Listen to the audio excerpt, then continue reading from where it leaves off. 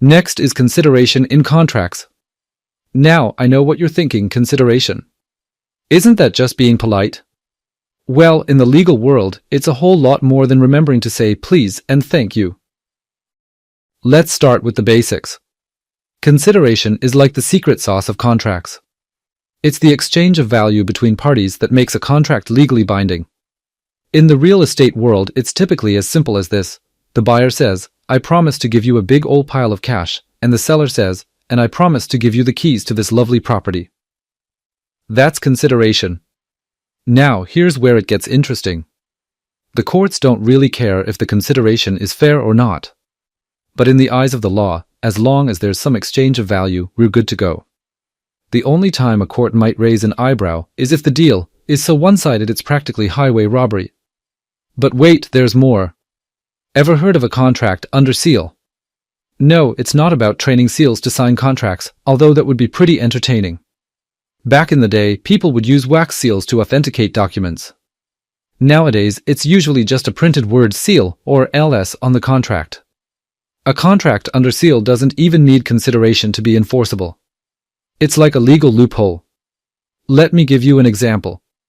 Say you're making an offer on a house, and you sign it under seal. You say the offer's good until 11:59 p.m. Now, normally, you could change your mind and revoke that offer any time before the seller accepts. But because it's under seal, you're stuck with it until that clock strikes midnight. It's like Cinderella in reverse. Now, let's talk about lawful consideration. This one's pretty straightforward. You can't have a contract for anything illegal. So if you're trying to buy a house with a meth lab in the basement, that contract's not worth the paper it's written on. And consideration has to be part of the current contract. You can't rely on past promises or favors. It's all about the here and now or the future. In real estate, this means get it in writing.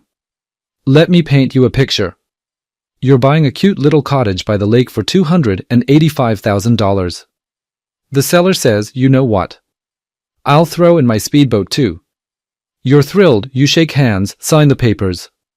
A week later, you show up with your swim trunks ready to hit the waves, and no boat.